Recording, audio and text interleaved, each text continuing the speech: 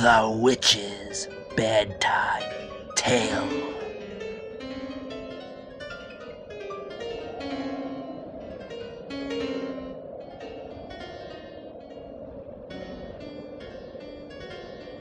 The fascination of the eerie, weird, blood-chilling tales told by old Nancy, Witch of Salem, and Satan, her wise black cat. They are waiting for you now.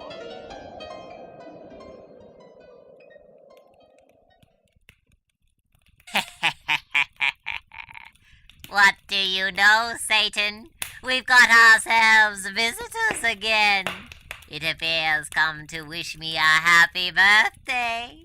You say I has too many birthdays and you don't have any? Well, you have 9 lives and old Nancy's got but 1. So I suppose that balances it out some, don't you think so? Meow. Well, how old are you then, Satan? Tell the fine folks listening your age. Meow. Much older than you'd care to be, eh? Me too. 148-year-old I be. Yes, sir. 148, and feeling every bit of it I am. But what will make me feel younger is a pretty little yarn before heading off to bed. Turn them lights out and pull yourselves up to the fire and get comfy. Meow. That's it. Now gaze into the embers, gaze deep into the embers, and soon we will be in the small city of Cordell, Georgia, in the year 1965. They call themselves the watermelon capital of the world, they do in Cordell. But that ain't got nothing to do with our story. No, sir. This tale is about a woman named Janie, a respected member of the church and community, a wife and mother of 3 boys she is. This story's called I Will See Them in Heaven. I will see them in heaven. Meow.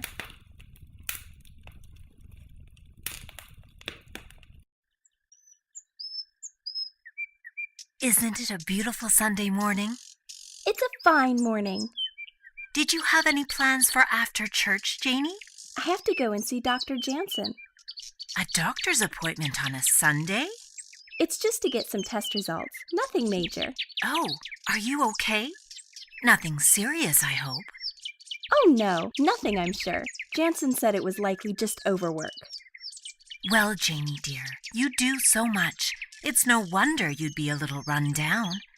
You have your family and you take care of cooking and cleaning for a husband and 3 boys. All your hours you volunteer for the church. You should take it a little easier. Get them boys to help out more. They do their share.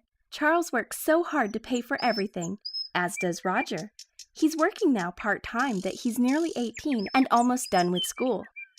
Your eldest graduating. Soon they'll be all grown up and gone. Sad but true. Seems they've grown so fast. Marvin, he's what, 12 now? You'll have him around for several years yet. Here comes Mark. Janie, how are you? I'm fine, Mark. How are you? My usual self, Janie. I can't complain. Where's Chuck and the kids? Charles drove them all home. I'm going downtown to see Dr. Jansen and then do some shopping. Charles will be picking me up at 1:30. Those men of hers are running the poor woman ragged. It's nothing so serious, Sheila. Would you like a ride to his office? Sheila and I are ready to leave church. No, it's so nice. I'll enjoy the walk. Thanks, though. Okay, Jane, you take care. We will have to have you and Charles over for dinner soon. It's been too long. We will figure something out. See you two later. Have a nice day. See you later, Janie.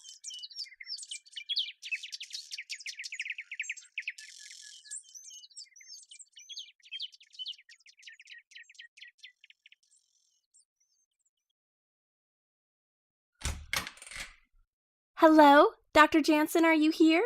Well, I'm back here, Mrs. Gibbs. Mrs. Gibbs, please come into my office. Thank you, Doctor. You said you'd have my test results back. I do, Mrs. Gibbs, I do. Please sit down. How was church this morning? No need for pleasantries, Dr. Jansen. Please just tell me what the test results were. Well, you came in here and told me about some weakness and muscle problems you had been having. I told you it was likely stress and overwork, and part of it may be, but the test results sadly indicate there is a more serious cause of it. And that is? Mrs. Gibbs, you have early signs of Lou Gehrig's disease. I'm afraid there ain't no cure, and at best medicines will be able to ease your pains with it in the later stages. Lou Gehrig's disease? What does that mean? Am I going to die? The disease will slowly rob you of muscle use and strength. It will begin to affect your eating and swallowing. Eventually, most people with the disease succumb to respiratory failure. How long do I have, Doctor? I can't say for sure. You're young and healthy. Proper diet and care will help a little. Usually the disease doesn't show until later in life, but there are cases where it begins earlier. You will probably reach 50, but you'll be in poor health and suffering quite a lot, I'm afraid, by then. So what then? Maybe another 10 good years? Well, I'm sorry, Mrs. Gibbs. Again, I can't say for sure, but perhaps a decade? A fairly normal life as you know it right now, but with increasing loss of strength and muscle mass. Well, now I know. Guess it is just God's fate for me. Mrs. Gibbs, none of us can avoid death. We can only make the best of each day the good Lord has given us. Nothing is ever certain in life. Well, as they say, other than death and taxes. Yes. Well, Dr. Jansen, I thank you for coming in today to give me the news. I have to go and do some shopping at Henkel's grocery store now. Of course, Mrs. Gibbs. I have some information here for you which you may like to read, share with your family. The more they know, the easier it'll be for them as well. Thank you, Doctor. I will tell them, just in my own time. So please don't mention it to anyone, Doctor. Please? Why, certainly, Mrs. Gibbs. I understand how difficult it must be for you to hear this news. I won't say a word to anyone. But don't wait too long to inform them. They'll need time as well to accept it and come to terms with things. Yes, of course, Doctor. Thank you again, and goodbye, for now. Good afternoon, Mrs. Gibbs.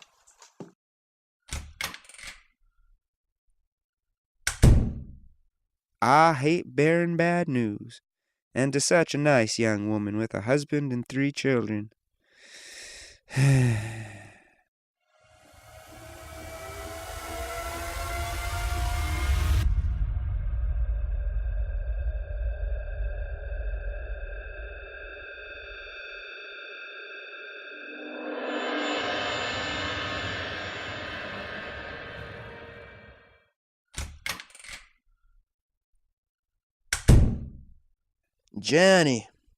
Jenny, you home? Why, yes, Charles. What are you doing home so early? I'm just not feeling well. I thought it would pass this morning, but it's only getting worse. I barely made the drive home. Oh, Charles, dear, come in and get to bed. Is there anything I can get you? No, I don't think so. Give me a hand, though, please. I'm feeling weak. Of course, dear. That's terrible. Should I call the doctor? No, it's probably a flu, nothing serious. I'll just get some rest. If you say so, Charles. There you are. Here's the bed. Sit yourself down. There. Thanks.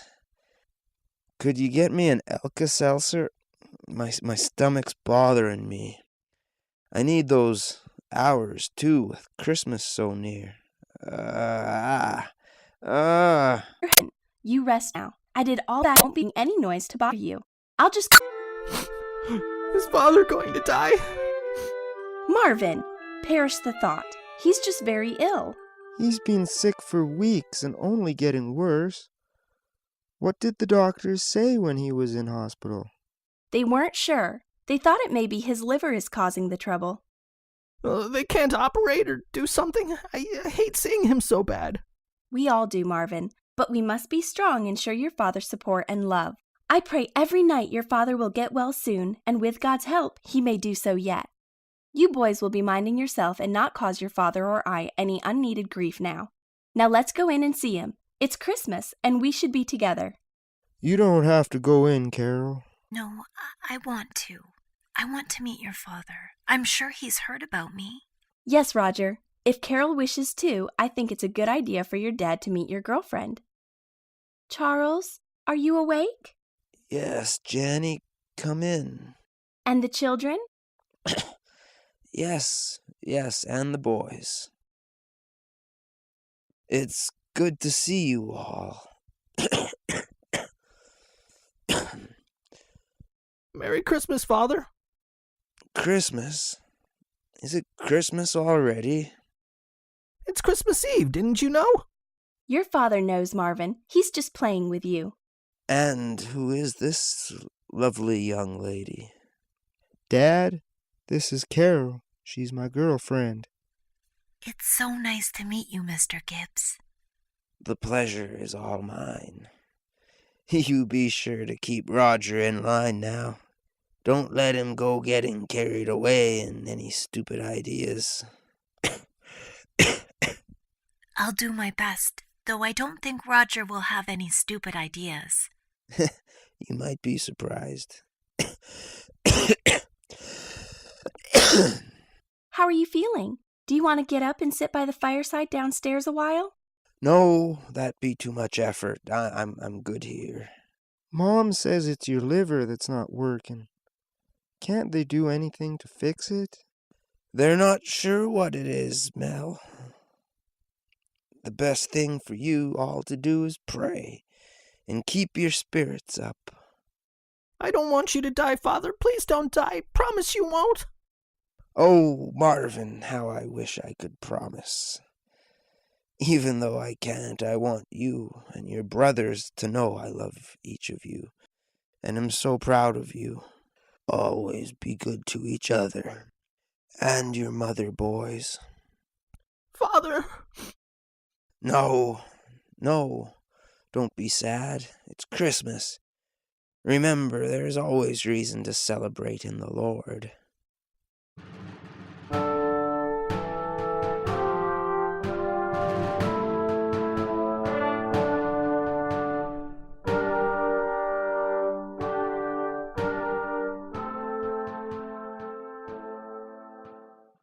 That was a beautiful eulogy, Father Stanley. You really described Charles well. It's so sad to lose him so young, and sad for Janine and the boys. It is, but the turnout here today showed Janie has many friends and family to support her and the boys. The church and God are always here for them as well. She's shown such strength through it all, still volunteering at least a night per week at the church through this whole sickness.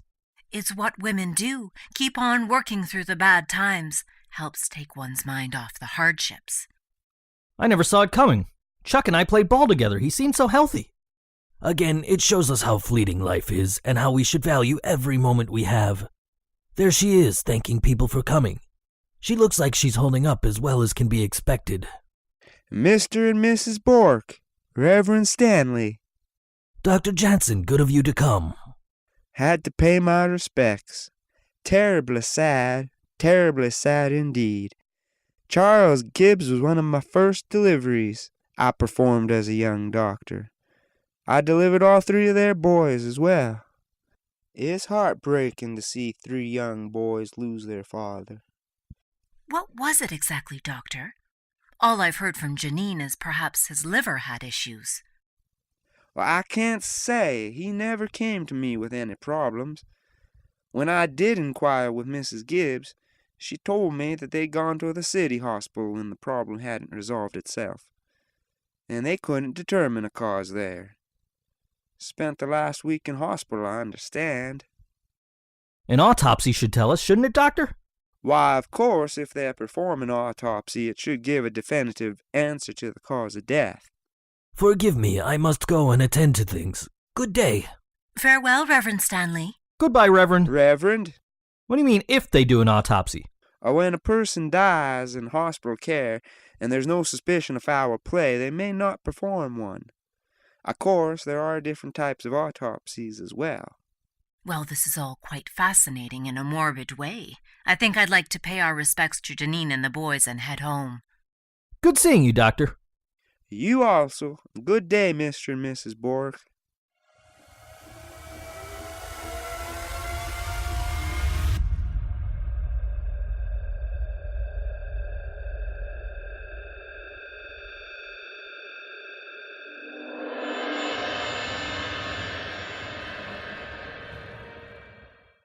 Goodbye, Mother. Have a good day.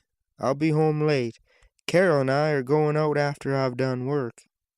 Oh, all right, Roger. Take care. Say hello to Carol for me. I will. Bye.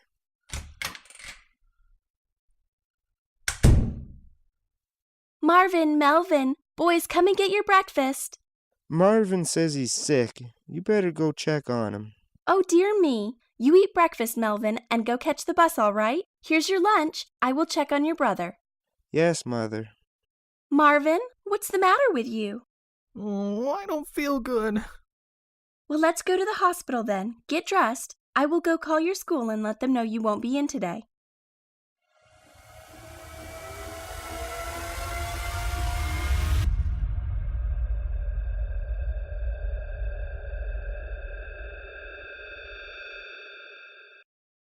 Mrs. Gibbs. Yes, doctor. How's Marvin?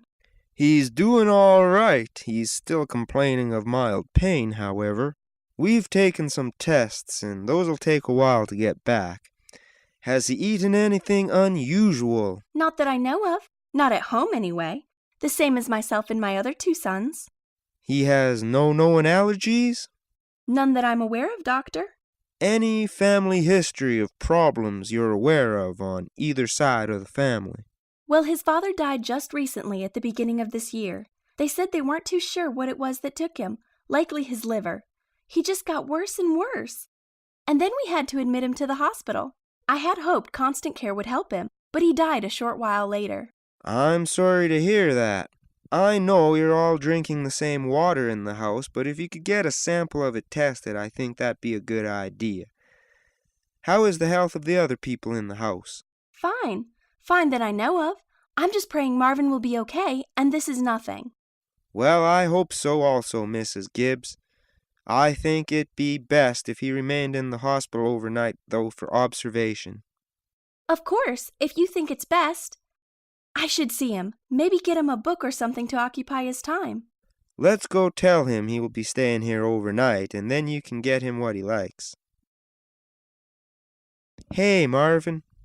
I just finished talking with your mother here and told her I'd like to keep you here overnight just so we can keep an eye on you. Do you want to stay here and get better? Yes, make me better.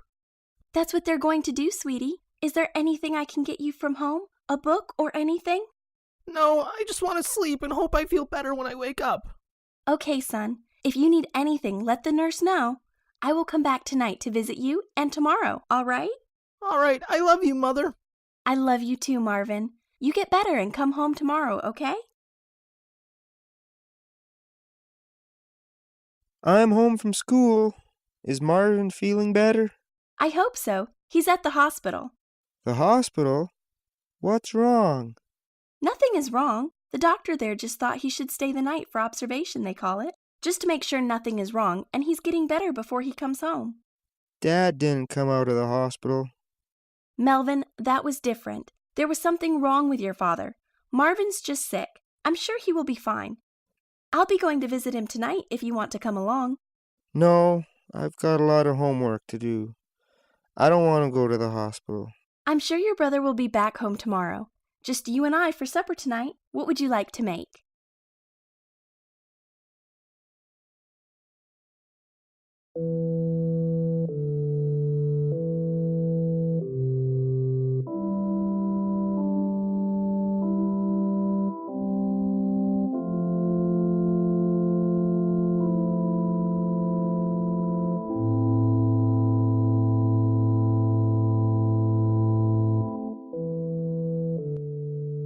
It is a sad day when a family lays to rest a child, so much sadder that same family earlier this year suffered the loss of a husband and father as well.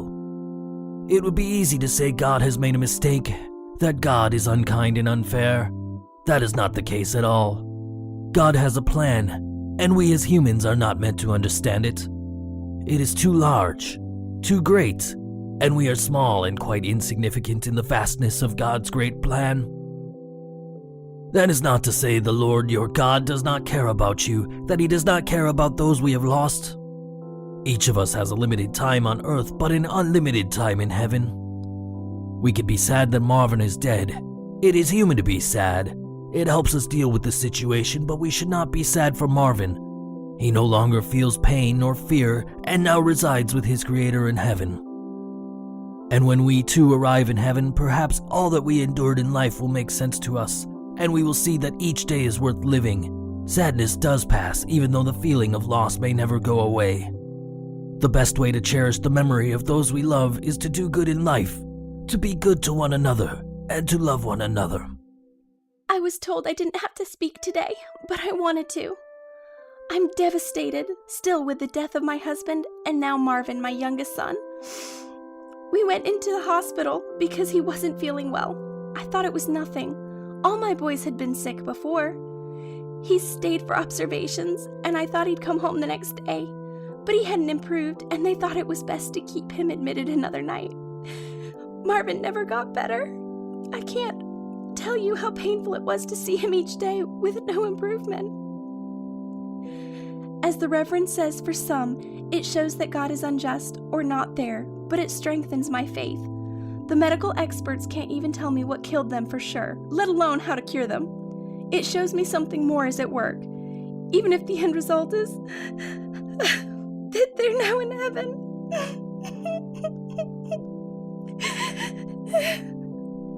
There, Janine. It'll be all right. I'm okay. I just want to try and finish, please. I'm not going to curse God or turn my back on him thinking he's turned his back on me. No, I see the faces of you here today, and I hear your kind words, and I won't let sadness swallow me. I know I have family and friends who show me God's love, and the church and Reverend to offer help and support for Melvin, Roger, and myself when we need it most. I love you, Marvin. I love you, my baby, and we'll see you and your daddy in heaven.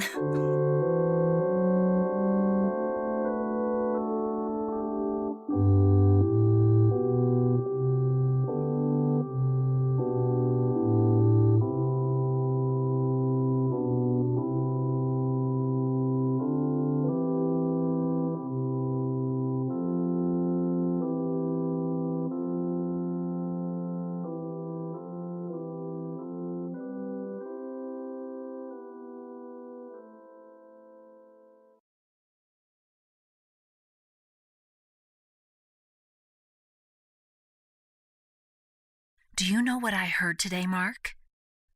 No, Sheila, that's why you're telling me. Guess who tithed $2,500 to the church? Did what? Tithed. It means donated. Who donated $2,500 to the church? I know it wasn't me. Janine did. Where would Janine get money that she could give to the church? After her hardship, you'd think she'd be having difficulties keeping up with the bills. You'd think, wouldn't you? But not her. When I heard she did such a thing, I asked myself, where could she have got such money from? And was told it was life insurance policies on Charles and Marvin. Well, she should be keeping it. Whatever the amount was, it isn't going to last forever. Smart of them to have life insurance, especially with the kids. Maybe you and I should look into getting some. I'd feel better knowing that she'd have some money to help out with things if I died. If you died, you wouldn't feel anything. You know what I mean. Maybe it's like she said at Marvin's funeral. She feels she owes a lot to the church. You know, she volunteers more hours than anyone. Yeah, I'm starting to wonder about that. Seems a little too desperate to want into heaven. If the place exists, I don't blame her. Heck, if I had proof, I'd give more to the church.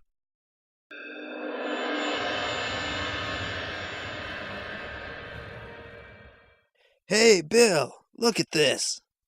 What you got there, Shane? 2 life insurance claims made out to one Mrs. Gibbs in the same year. Yeah, I'm familiar with the case. She lost her husband and then her son. Poor woman. The cause of death in both is unknown, although probable liver failure. No autopsies either. Doesn't strike you as suspicious? I went out there and checked into it, I did. The wife is a church-going woman, well respected. I talked to several people, including the doctor. There was no cause for suspicion. Bodies were already in the ground. With the time and expense to exhume, then have full autopsies performed, it's easier to pay out on the policy. Neither were huge. You met this woman? Yes. In fact, when I met her, she was baking for a church bake sale. Sweet woman. I don't believe for a second she killed 2 members of her family for money. Do me a favor. If she tries to claim another policy, tell her you'll need an autopsy done first.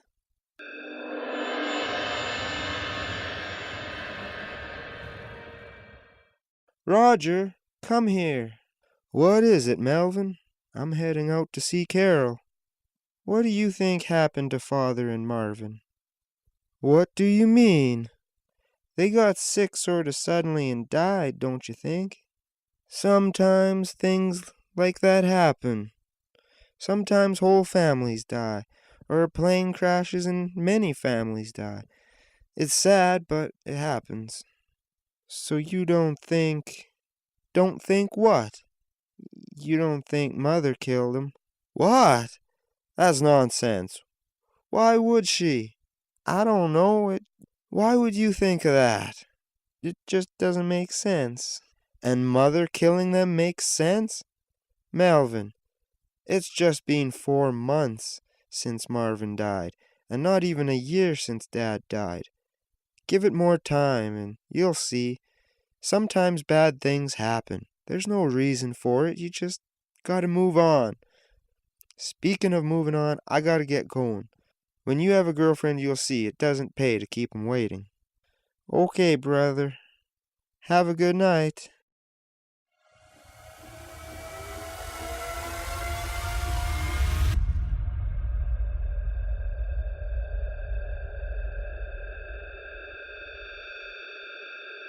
Here, have some water. Mother, what's wrong with me? I wish I knew, son. I'm dying like Father and Marvin did, aren't I? Don't talk like that. You'll get better. No, I won't. Father and Marvin didn't come out of the hospital. Neither will I. Well, I'm sorry, Mrs. Gibbs, but visiting hours are over for today. All right, nurse. I love you, Melvin. Mwah. Don't worry. It will be all right. I'll see you in heaven.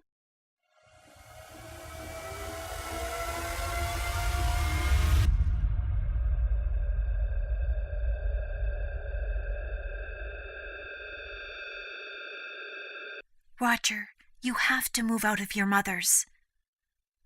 What? Do you think she killed them? Do you? All I know is they've all died. In 1 year, your dad and 2 brothers have died, and the town is starting to talk. I know they are, but they're wrong. My mother wouldn't do. No, she couldn't do that. I can't believe you'd think that. What killed them, Roger? What? Fate, I guess. Bad luck. God.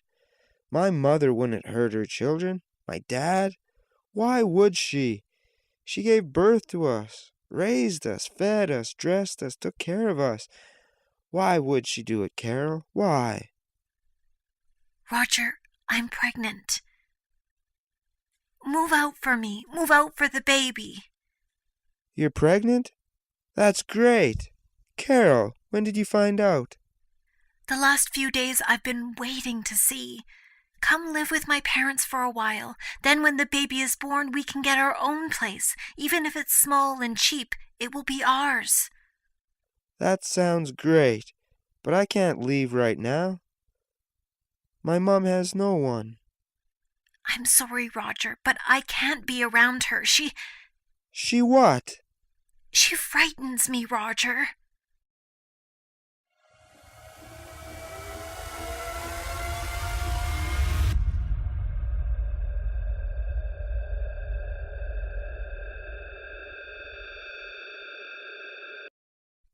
Shane, I have another insurance policy here for Mrs. Gibbs. Don't tell me another son has died. Well, she hasn't any policies for daughters. Same cause of death and no autopsy. Why change things if they're working, huh? This is my insurance department, and I don't like this. Here, let me have that policy. I'm making a few phone calls.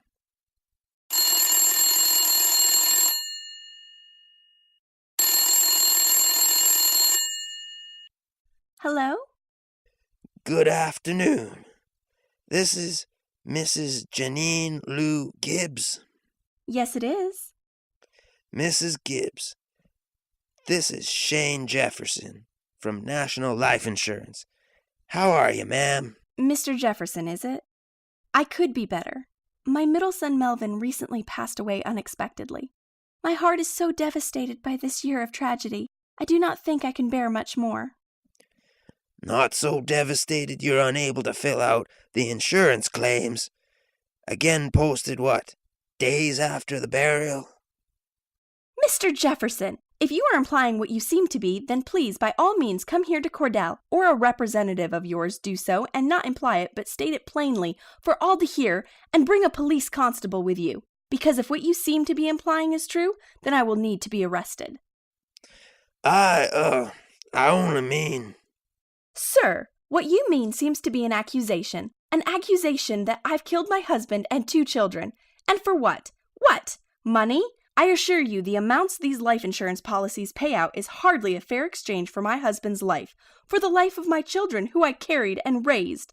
These policies, which are a crumb to what they could have earned, the lives they could have lived, you only mean what, sir? If you are not going to pay it, then tell me and cancel the 2 policies I have with you. I'm sorry to have bothered you, Mrs. Gibbs. I'll see the check is sent out as soon as possible. Sounds like it went poorly. Shut up. We'll pay this one, but when her last son ends up dead, we're not paying.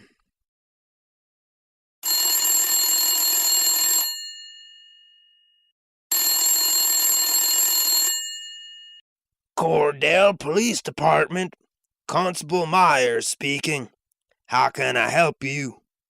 Hello, Constable Myers? This is Shane Jefferson from National Life Insurance calling from Atlanta. Do you know about the Gibbs family in Cordell? Yes, I do. I think everyone in Cordell knows about it. Isn't it a little suspicious? 3 deaths in one family, in one house, no autopsies done? What was your name? Shane Jefferson, National Life Insurance from Atlanta. I don't know about the autopsies. They all died in hospital under doctor's care, I do know. If the doctors believe there was reason to do full autopsies, I'm sure they would have. As for Mrs. Gibbs, I know there is some talk of her having possibly been involved, but not too many take it seriously. She just doesn't seem the kind. And what would her motivation be? I understand what you're saying, but just because she doesn't fit your profile of a killer doesn't mean she isn't one. There's a saying about not seeing the forest for the trees. If you have any evidence you can present so we can begin an investigation. 3 dead bodies aren't enough evidence? I'm sorry, Mr. Jefferson. I can pass you along to the chief if you like, but unless you want to offer something more than being unhappy with paying out 3 life insurance policies, I don't think we can help you anymore. I hate to say it, but there's one of those 4 policies left. I'm not a betting man, but the odds are pretty good she's going to be claiming this policy soon.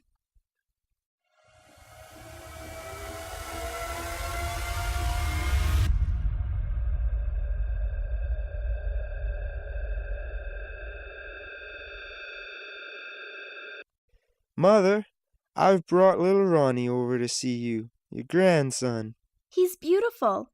Little Ronnie Gibbs, my grandson. A burst of light after all that darkness. Shame you have to sneak him over here 'cause his mother doesn't trust me. I'm sorry, Mom. It'll pass, I'm sure. As you said, it's been such a dark year. But I've got a great job and girlfriend, and now a son. Yes, Roger. Things are all in God's hands, and though there is darkness, there is always more light. Well, I'd best be off before Carol gets suspicious. We'll be back again when we can.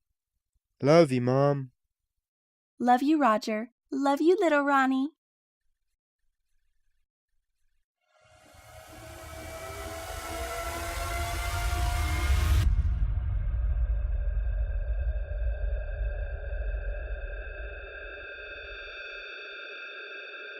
Roger, you don't look good.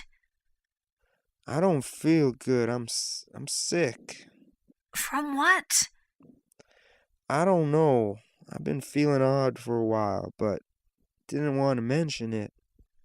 We're going to the hospital right now. My mom and dad can watch Ronnie.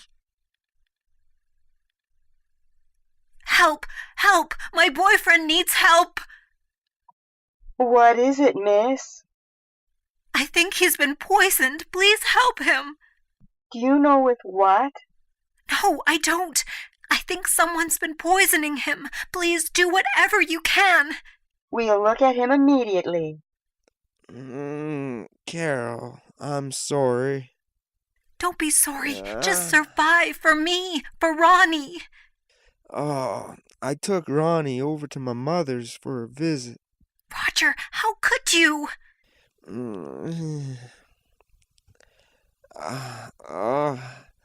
She seems so happy.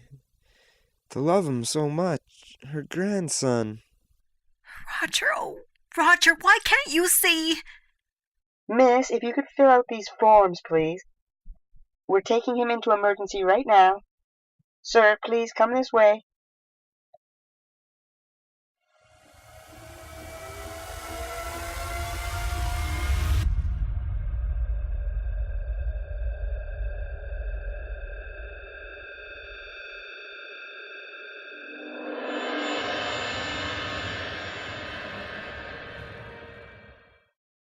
Since it's your first day here, Jenny, let's introduce you to some of our tenants here at Shady Spruce Nursing Home. Let's start with our celebrity tenant, the only one we have who's on parole. I'll tell you about it after we meet her. Hello, Miss Gibbs. How are we today? Not talkative yet? Don't be shy. This is a new orderly here on staff. Her name is Jenna. You'll be seeing lots of Jenna. Mrs. Gibbs, can I call you Janine? That's me. I'm Janine. Yes, and I'm Jenna. They're pretty similar names. That's better. See, Miss Gibbs, Jenna's your friend. Do you have any sons or daughters to come visit you, Janine? I have 3 boys. I'll see them again. I'll see them in heaven. Oh, did they pass away? I'll see them again. I'll see them all in heaven. All right, we have to go. Jenna has to meet the other tenants here. See you later, Miss Gibbs. See you later, Janine. Nice meeting you. Did she outlive all 3 of her sons? She did. She killed them, her husband and a grandson. No. It's a strange story, kind of sad. You see, she was happily married with 3 boys and was quite a religious woman. Her doctor told her she had ALS, Lou Gehrig's disease. I guess she snapped and thought she'd send her family to heaven first and meet them there. One by one she poisoned them, ending with her oldest son and grandson. If they suspected her, they could have maybe stopped it, but at that time they just couldn't believe this religious mother could do such a thing. When asked why, she said so they could all be together in heaven. When was this? In 1966 and 67, I believe. I thought she had ALS. That's the kind of sad part. It seems it was a misdiagnosis, or a mix-up in test results. It was found when she was imprisoned she didn't have it. She spent 37 years in jail, denied parole 17 times. Finally, they let her out at 67. She's been here for a while now. She thought she was dying, so she killed her family to be together in heaven? That's messed up. Is she dangerous? Seems as gentle as a lamb, but people thought that before. I'll see them again. I'll see them all in heaven. I'll see them again. I'll see them in heaven. I will see them in heaven. I'll see them in heaven. In heaven. In heaven. In heaven.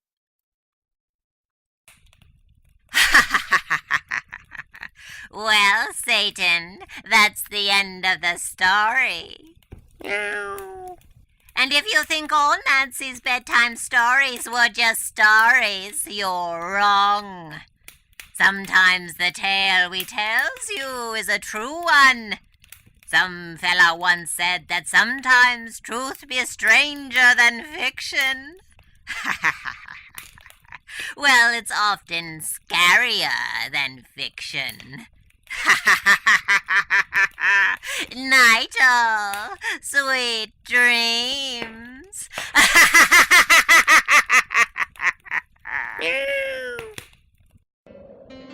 Tonight's episode, I Will See Them in Heaven, was written by Kevin Rimney, featuring the talents of Sheena McDonald, Amber Moyer, Joe Kent, and Kevin Rimney. Based on The Witch's Tale by Alonzo Dean Cole. Copyright 2016, Kevin Rimney Productions.